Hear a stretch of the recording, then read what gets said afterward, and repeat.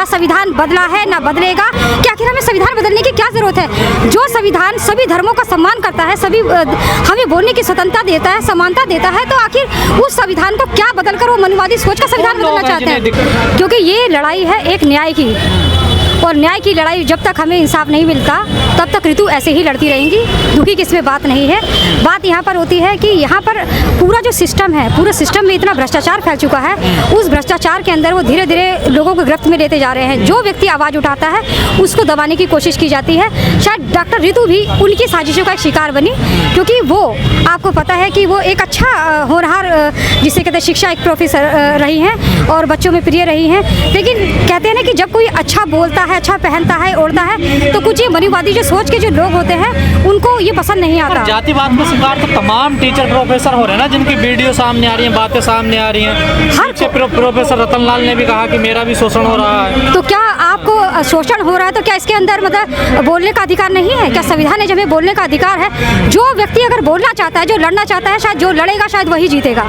और अपनी बातों को मेरे हिसाब से बोलना कोई जुर्म नहीं है या कोई हमें दबा नहीं सकता। आप कह रहे हैं संविधान हमको अधिकार दे, लेकिन संविधान बदलने की तो बात हो रही है। देखिए, बात करने वाले जब संविधान को बनाने के लिए बाबा साहब लोग आए, तभी तो उनको क्या नाम है दबाने के लिए ना जाने कितने लोगों की लंबी फहरिस्त लिस्ट थी, लेकिन तभी तो संविधान बना ना। तो इस तरह से जो कुछ लोग हैं, जो मामूली से लोग हैं, उस चीज़ को अगर सोचे उसे बदलने की, तो शायद ही उनकी गलत सोच है। ना संविधान बदला है ना बदलेगा। डॉक्टर भीमराव अम्बेडकर जी का जो संविधान है वही है और हमेशा वही रहेगा। आप मामूली लोग कैसे बता रहे हो? तो प्रधानमंत्री का आर्थिक सलाहकार है। देखिए प्रधानमंत्री क्या कर रहा है? अगर प्रधानमंत्री देश के अंदर इतनी बड़ी घटना हुई मणिपुर के अंदर, जहां पर जो 2 महिलाएं हैं उनकी नंगी परेड करवाई गई, उसे प्रधानमंत्री क्यों नहीं बोले? अब जिस मामले को अगर जरूरत नहीं है कि संविधान को बदलने, आखिर मुझे आप ये बताइए, अपने मीडिया के माध्यम से बताइए कि आखिर हमें संविधान बदलने की क्या जरूरत है? जो संविधान सभी धर्मों का सम्मान करता है, सभी हमें बोलने की स्वतंत्रता देता है, समानता देता है, तो आखिर उस संविधान को क्या बदलकर वो मनुवादी सोच का संविधान बदलना चाहते हैं? दिक्कत हो रही है। ये वो लोग हैं जिनको किसी का बोलना पसंद नहीं है, जो चाहते हैं जो नारियां हैं वही जो सड़कों पर जमीनों पे पड़ी रहे, कुचली जाए, जो उनका बलात्कार हो, उनका कोई बोलने वाला ना हो, उनका हमेशा शोषण हो, ये वही लोग हैं। इसलिए संविधान को बदलने की जो सोच है, ये चाहते हैं कि जो हमारा जो जुर्म है वो सामने ना आए, वो इन जो पर्दा है उसी के उसमें ढका रह जाए। लेकिन कहा जा रहा, कई लोगों ने कहा कि हमने संविधान बना लिया है, कई बाबा बार बार कहते रहे कि अब नया संविधान आएगा, हिंदू राष्ट्र बनेगा। सर, ये जब अगर कोशिश करेंगे तो शायद देश का जो बहुजन समाज है, वो समाज है, याद करिए 2 अप्रैल 2018 का दिन, जब 32 करोड़ जो लोग थे वो सड़कों पर उतर आ गए थे। यानी 50 करोड़ लोगों के कानों के अंदर अगर जय भीम का नारा पड़ा होगा तब 32 करोड़ लोग सड़कों पर उतरे थे, और वो भारत बंद कर दिया था कि शायद वो जो मोदी सरकार है उसकी भी जो सत्ता है वो हिल गई थी। और आखिर जो SC/ST एक्ट को जो इन्होंने बदलने का जो कार्य किया था, उसको उन्हें कानून को वापस लेना पड़ा। समय नहीं है। अशोक स्तंभ का जो अशोक चक्र संसद के ऊपर लगा, उसका पूजा पाठ किया गया।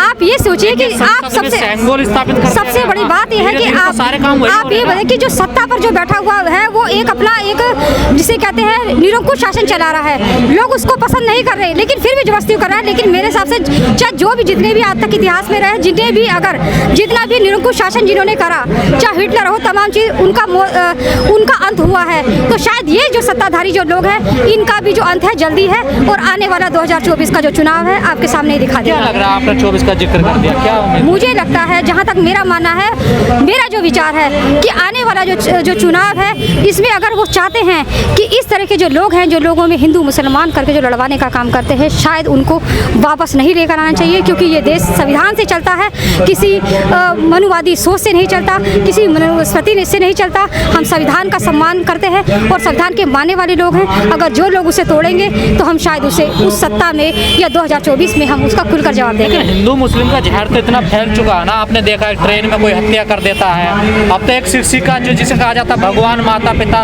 वो भी धर्म देख के बच्चे को पिटवाती है। आपको ये पता है कि जब उनको लगता है कि हम कमजोर पड़ रहे हैं, तो वो मुद्दा ही भटकाने के लिए क्या नाम है उस चीज़ पे हिंदू मुसलमान का चीज़ कर देते हैं। लेकिन आप अगर हिंदू मुसलमान के बीच में जाएं, आम जनता के बीच में जाइए, उनसे पूछिए कि वाकई क्या हिंदू मुसलमान आपस में लड़ना चाहते हैं? शायद वो कहेंगे नहीं।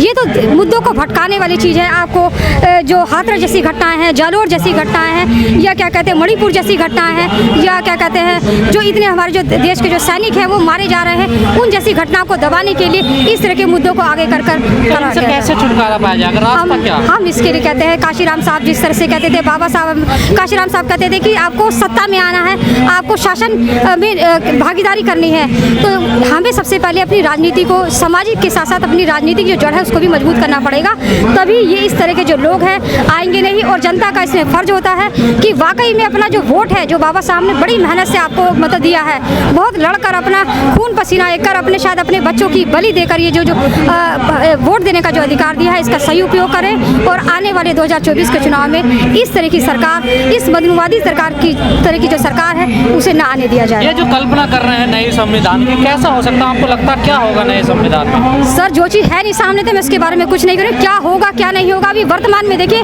वर्तमान में हमारी जो साथी है डॉक्टर रितु, वो इस टाइम सड़क पर बैठी है और वो अपने न्याय और वो डॉक्टर सुने उसे न्याय सम्मान से ही मिलेगा, लेकिन जो हमारा संविधान है उसकी धज्जियाँ उड़ाई जा रही हैं। धज्जियाँ कौन उड़ा रहा है? यही मनुवादी सोच के जो लोग हैं जो सत्ता पर बैठे हुए हैं, जो दिन प्रतिदिन हम लोगों को सोच रहे हैं शायद ये दबे कुचले लोग हैं, शायद ये बगावत नहीं करेंगे, लेकिन अगर ये हमने ठान लिया, हमने कहा ना कि अगर हमारे साथ हम किसी के साथ अन्याय नहीं करते, लेकिन अगर हमारे साथ जो अन्याय करता है शायद हमें से छोड़ते भी नहीं। बचाने के लिए क्या कदम उठा रहे हैं? संविधान को बचाने के लिए सबसे पहले हमारा जितना एडवोकेट्स का जो पैनल है वो सारे मिलकर सड़कों पे उतरेंगे, क्योंकि सड़कों पर उतरकर ही अपने किसी भी क्रांति को लाया जा सकता है।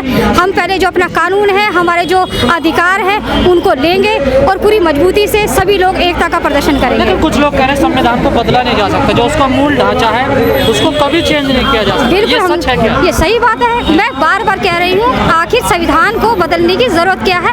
आप ही मीडिया के लोग हैं, आप ही बताइए उस संविधान को बदलने की शायद कुछ जरूरत है?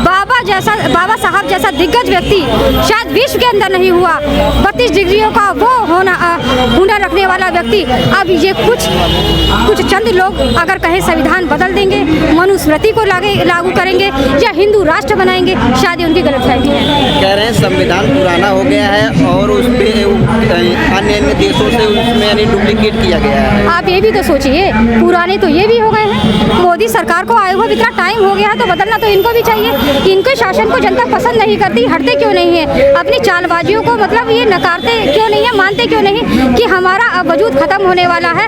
बहुत हमने लोगों को हिंदू मुसलमान करके लड़ाया, लेकिन अब ये मुद्दा चलने वाला नहीं है। इस आंदोलन में उपस्थित मेरे समाज के सभी क्रांतिकारी साथियों, आप सभी को मेरा जय भीम, नमो बुद्धाय, आदाब, सत श्री अकाल, नमस्कार। साथियों, मैं धन्यवाद देना चाहता हूं मनोज जी को कि उन्हें कम से कम एक संघर्ष के बाद समझ में आ गया कि हिंदू समाज में उनकी स्थिति क्या है। आपने एक उदाहरण शायद सुना होगा, आर्य समाज के संस्थापक स्वामी दयानंद सरस्वती जी, स्वामी दयानंद सरस्वती जी की मौत कैसे हुई? उन्हें दूध में कांच पीस कर पिलाया गया। किसने दिया था? वो कौन थे उसे देने वाले? मैं समझता हूं इस सब चीज का हम अंदाजा लगा सकते हैं, कम से कम शूद्र तो हो नहीं सकते उस जमाने में भाई, जिनकी परछाई तक से लोग घबरा